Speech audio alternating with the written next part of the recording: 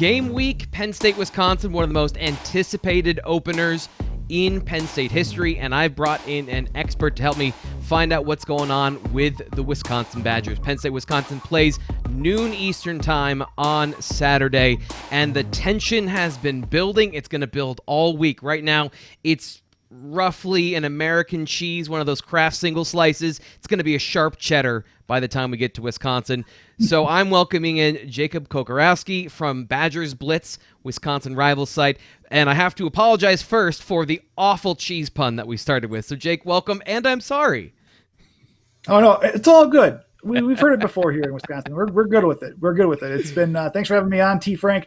Excited to talk some Wisconsin Penn State and what's ahead, and what should be a really intriguing, Big Ten cross-divisional clash. I'm ready for it. I'm ready for September 4th to be here. Quick question to start us off here, because this is going to be, I think, a bit of a shell shock for a lot of the Penn State fans who, and most specifically, actually, the Penn State football team, who has not been to Wisconsin in the James Franklin era. And it's the first game back for anyone in a Big Ten stadium. What are you hearing about what the crowd's going to be like on Saturday, and what do you expect from the Wisconsin fans and the crowd on at noon on Saturday? Yeah, I mean, there's going to be some things that they have some like COVID protocols for fans where you're wearing the masks indoors.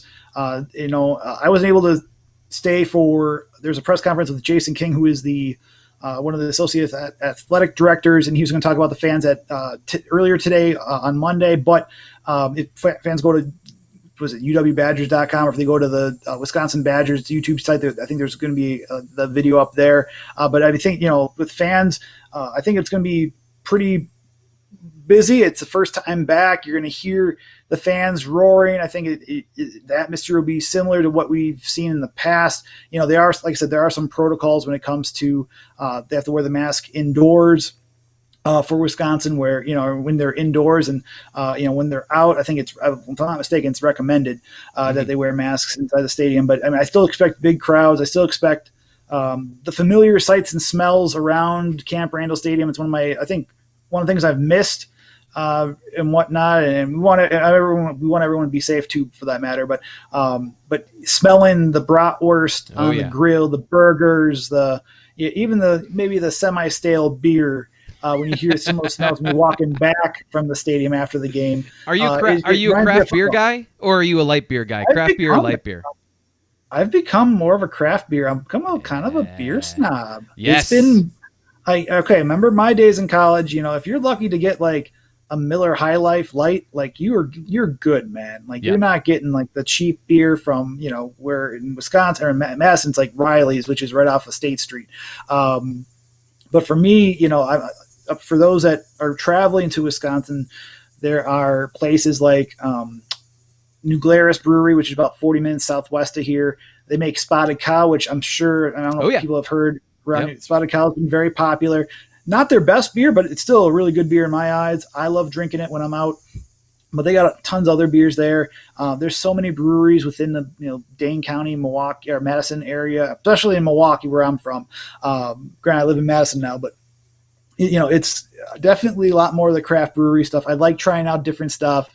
I really don't drink more than, one of the same type of beer in a setting. I want to try different things. And my wife's kind of kicked me. Yeah, she's kind of elbowed me in that direction too. She's like, you can't just keep drinking Spotted Cows. I go, watch me.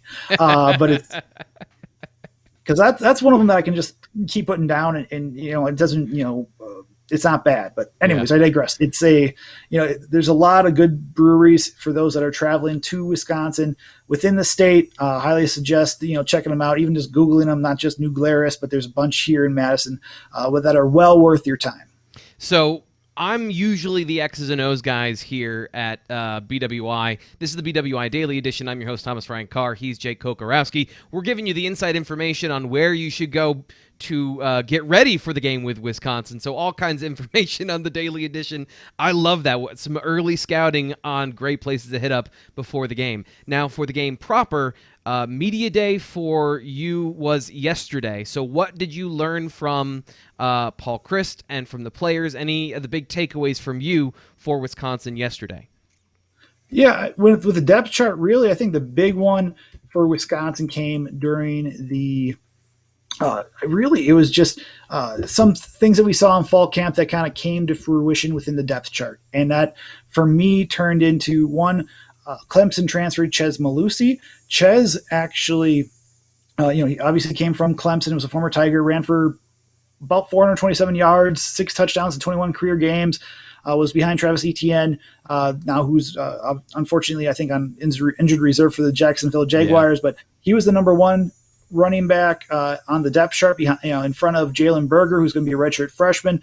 I think Wisconsin's going to use both. And Paul Chryst mentioned that they're in the spot where they're going to need to have multiple backs play and have them play well. He said during today's press conference, but he praised Malusi's consistency on that end, and Graham Mertz too. Actually, right before I went on air with you, Graham Mertz said this week too that I'm just reading this verbatim, that the biggest thing with Malusi was just his approach as far as he's going to make the most out of every rep when he has it, and whatnot. And reference even Wisconsin's got a motto: smart, tough, dependable, and that he fits right into what Wisconsin's trying to do with that motto. So I think that was a big call out there. The offensive line, there were injuries during fall camp at the tackle spots, but the two that were my projected first team came to fruition on there. Tyler Beach, who's back from an ankle injury, and then also he's on the left side. Logan Bruss is on the right side.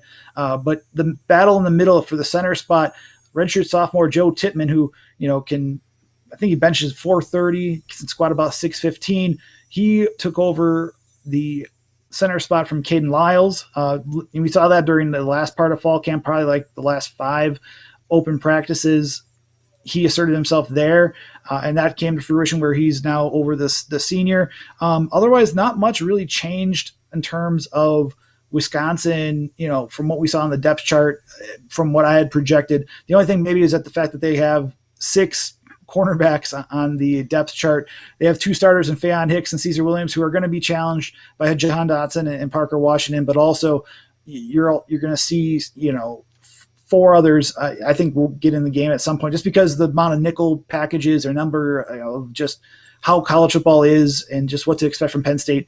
Dante Burton, Dane Ingram, Samar Melvin, and Alexander Smith are all listed as number 2 cornerbacks. So I think there's going to be, each can have a different skill set, and I think they'll be seen throughout different parts of the season for different matchups. But those are the ones that really kind of stuck out to me. So I want to get back, because we're going to get to the secondary in just a little bit, because that's a juicy matchup I want to save for a little bit later.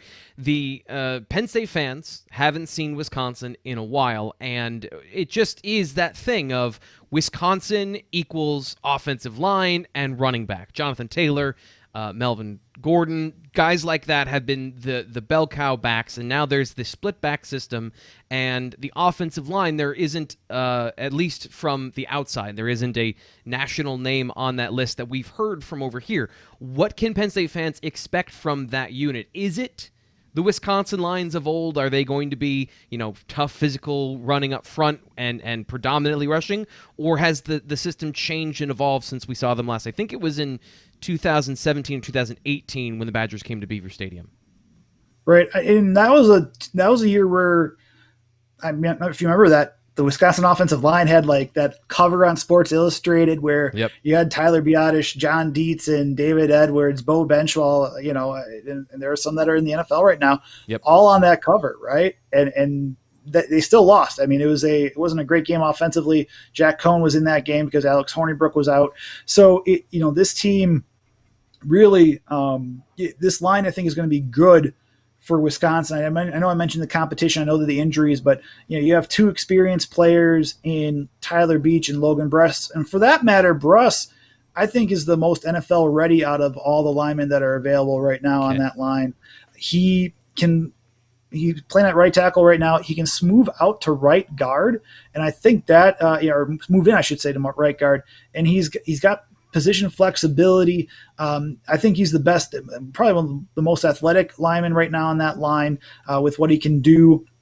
And Beach, too, has starting experience on both left and right tackle. I'm not worried about him out on the edge, and I think he's going to be a solid player. The interior of the line is going to be interesting just with you have Josh Seltzner as left guard, and he's the redshirt senior. You have I mentioned Tittman in the depth chart talk a little bit ago, beating out Caden Lyles and being big and physical. And I think Mertz referred to him as a mauler today, which is what obviously you want to hear out of a Wisconsin lineman with that run game that they try to establish each week during the season. But Jack Nelson, I think, could be the surprise. And I think he could be the next big Badger in terms of the line. He's about 6'7", 304 at right guard, which is impressive.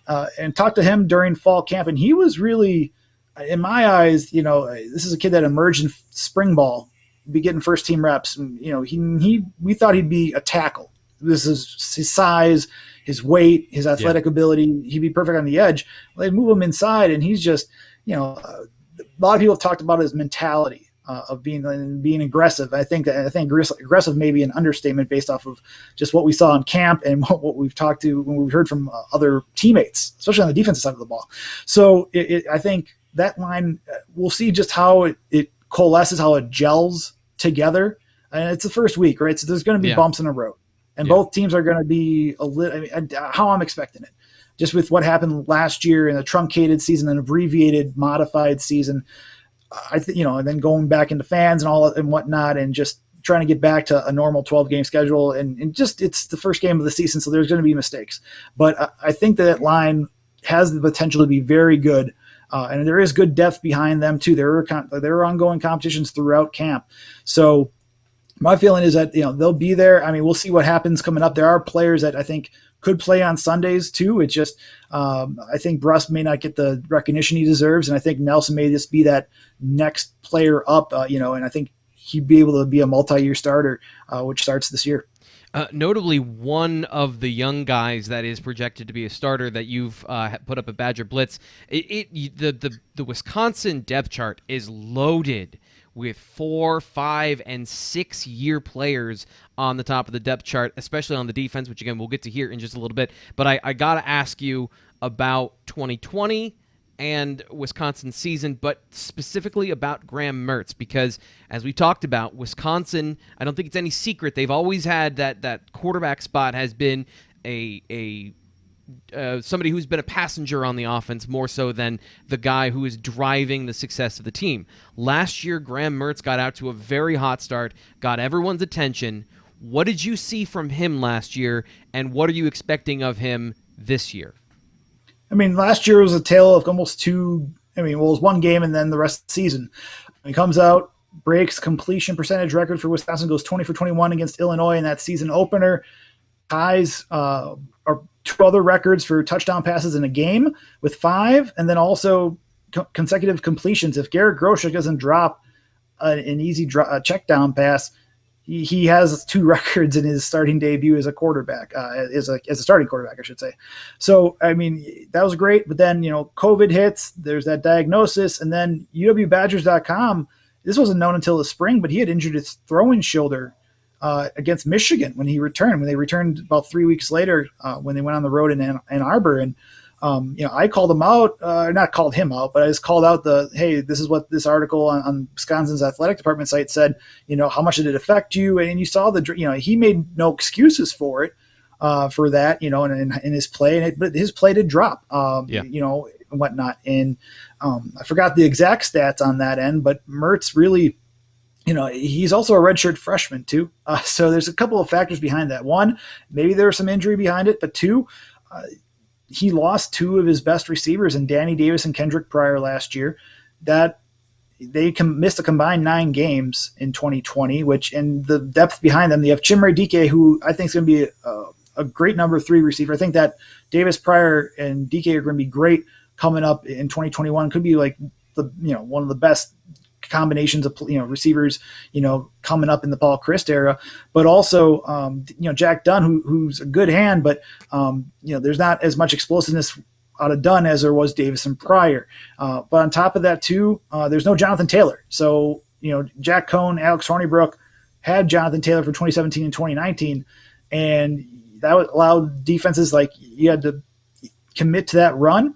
Right. Or you let him air it out. Well, Mertz had to do it on his own. And that line, because like the running game, it was there, and you had Garrett Groshek, you had an emerging Jalen Berger, who I think will still play a prominent role in this offense this year for the latter is because Groshek's off to the NFL. But I like, he's still young and he only had 15 carries each game.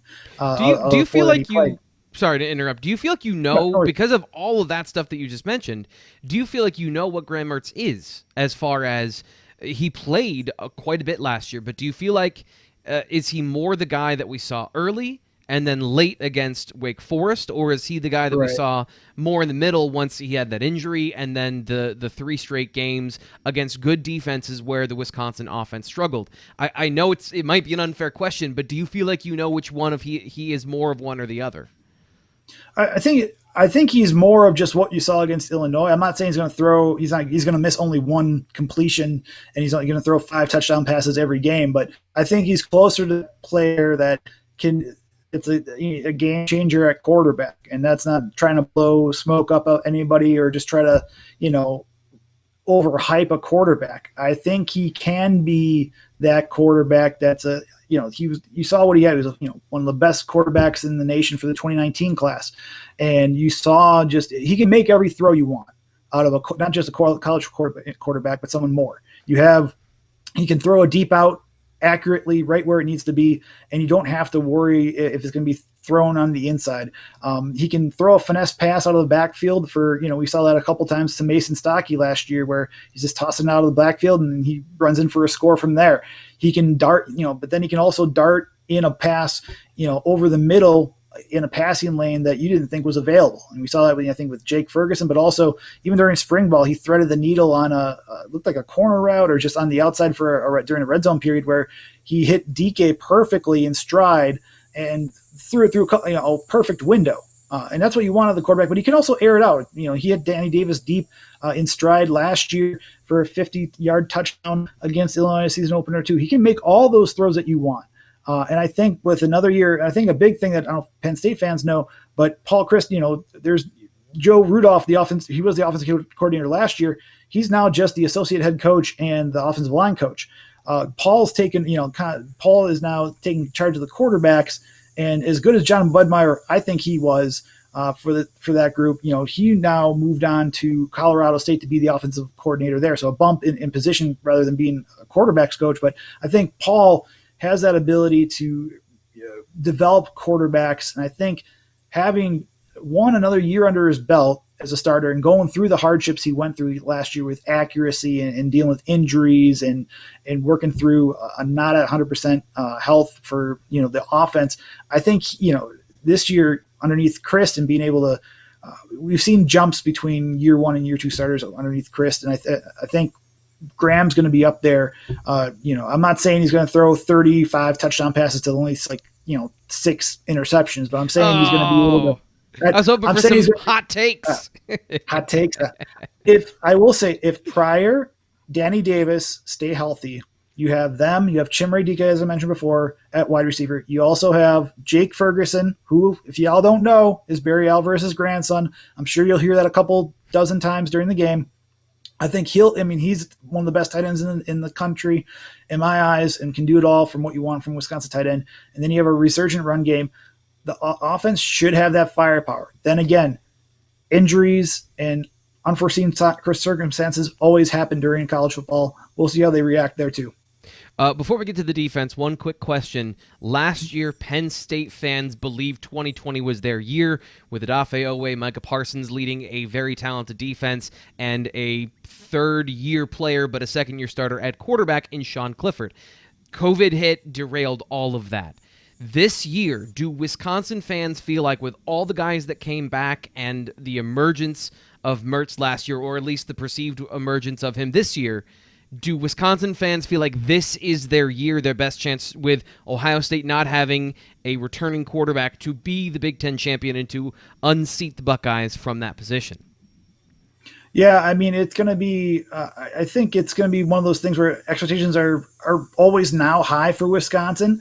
If you don't go to the Big Ten championship game as the West Division leader, I think it can be viewed as a disappointment now. And it's the way, the culture of the program and the winning ways. You can go back to when Barry Alvarez, who's no longer the athletic director, but when he came as head coach in 1990 for that 1990 season and just started changing the culture there. It no longer went back from like the late 80s where Wisconsin was, I don't know if say laughing stock, but they're mired in debt and not performing well on the field. And now you've seen just how profitable the athletic department is overall, but also just how the football program is leading the charge in winning seasons and having the expectations of going to a high-end bowl game at the very least.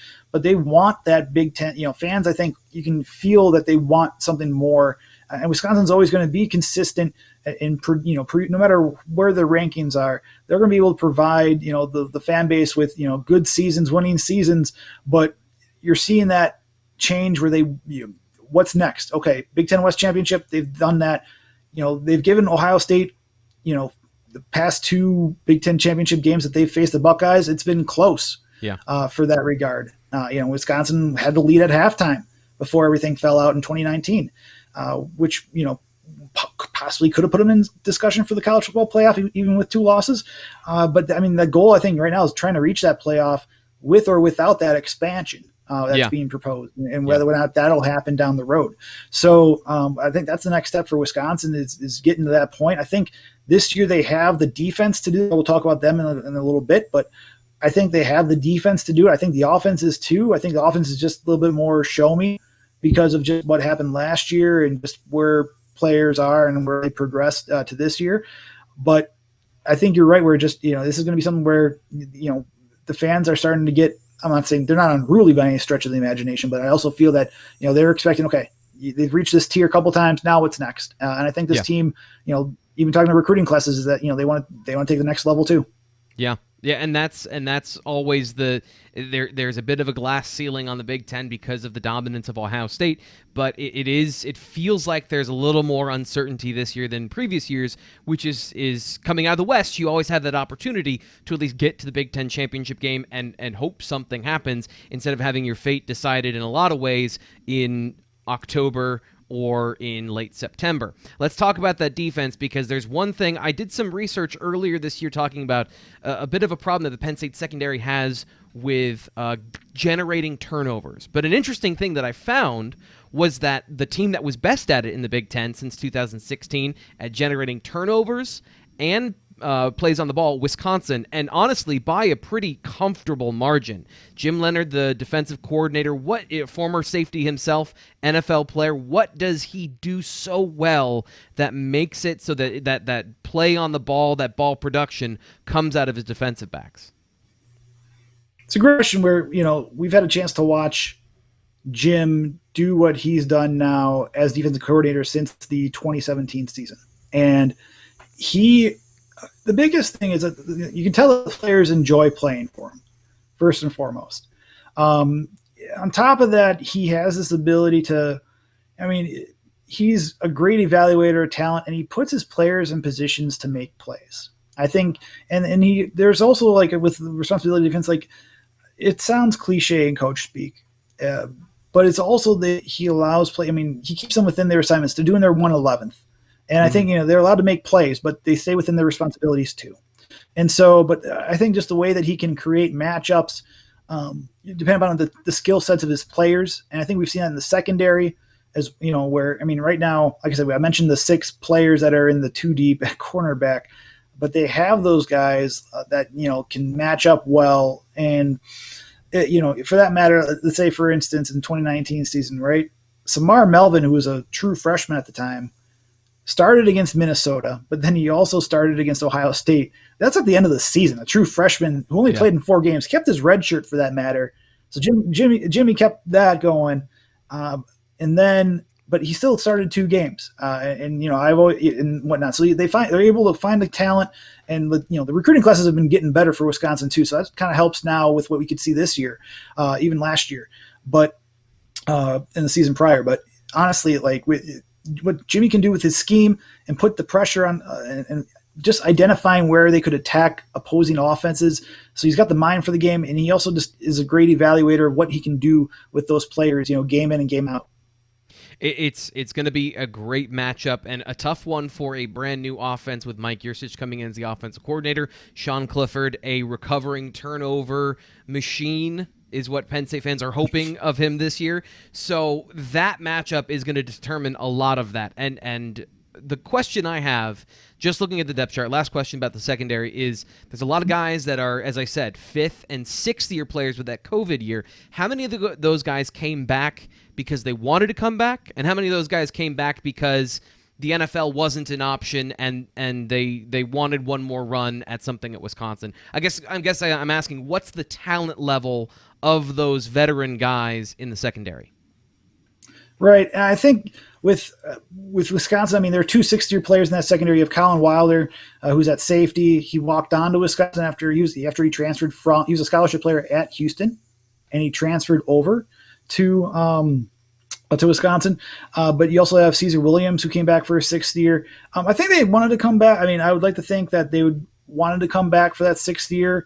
I'm not sure if they received it. I didn't ask if they received any talent evaluations about whether or not to, I mean, I know that the evaluators is like first round, the mid, or just go back to school or whatever. I think it's first, second, or return to school. I think that's the way it is now. Yeah. So they have that, right? And I'm like, for me, I think that group is really good in terms of what they can bring. I mean, Fayon Hicks, who's a 5th-year player, I mean, he was returning as well. Both those players they're very solid in what they can do. And Wisconsin, Chris could have hired another quarterback coach to replace Budmeyer, but he went the defensive side of the ball and hired Hank Poteet, who's a 10-year NFL veteran who I believe won a Super Bowl with the Patriots too. And he, so Leonard received another assistant that they could work on the cornerbacks group too, and they have a sole teacher that could be dedicated towards them. I think it's going to pay off. I think those players are good and whatnot. It's interesting with that cornerback group just in general because there are a lot of game-ready cornerbacks where they've all had experience. Leonard's been it's kind of known to go with each matchup, or just players are playing better and he'll throw them in. Hey, okay, you played better this week. You're going to have that ability to go and go up against the X team. So. I do feel like, especially the safety group, Wilder and Nelson, I think Nelson could be a really intriguing player with his 6'2" frame and being able to attack the ball and being able to, I think maybe a little bit more of a ball hawk this year at safety. Colin Wilder, I remember during fall camp hearing just a thunderous crack during one of the drills, and just, he laid, he didn't wall up or the player didn't fall down or anything, but just the thunderous crack of the pads and coming downhill. You heard it throughout the Camp Randall Stadium. You're like, okay, so he brings a physicality to the group. I don't know if I'm not sure if he looked into the NFL or not, but I think it was good for him to come back for a 6th year, especially after the way last year ended with the team. And even though they played well against Wake Forest later on in that game defensively, but I think they'll have the matchups to work against and try to contain Penn State. But it's hard to go against, Dotson, and you see Washington emerge last year too, who was also a Wisconsin target before he committed to Penn State. They're going to have if they don't get pressure on Clifford, and I know Penn State had they allowed 28 sacks last season in 9 games. It's one of those things where if Wisconsin can get that pressure on Clifford, that's going to help out a lot. If not, it may be a longer day because it's hard to contain those type of, I view Washington as an NFL-bound player down the road. Yeah. I think 2 NFL-caliber players at the absolute least in that wide receiver group. Yeah, and the reason I ask about the secondary is because Penn State themselves have a couple of guys that have, I think, very good NFL potential, have that high level of ability, that decided to come back this year because COVID disrupted so much stuff last year. So this year, I think it's a little harder to kind of look down the roster and say, okay, so there's a 5th-year player, there's a guy that's starting now for the first time, and kind of get a gauge just looking that way. So it's always good to have a little bit more context to that, especially this year. You mentioned pressure, and you mentioned the Wisconsin defensive front. You've done some great stuff over at Badgers Blitz. I'm, by the way, speaking with Jake Kocorowski. He is the senior insider at Badgers Blitz, the rival site for Wisconsin.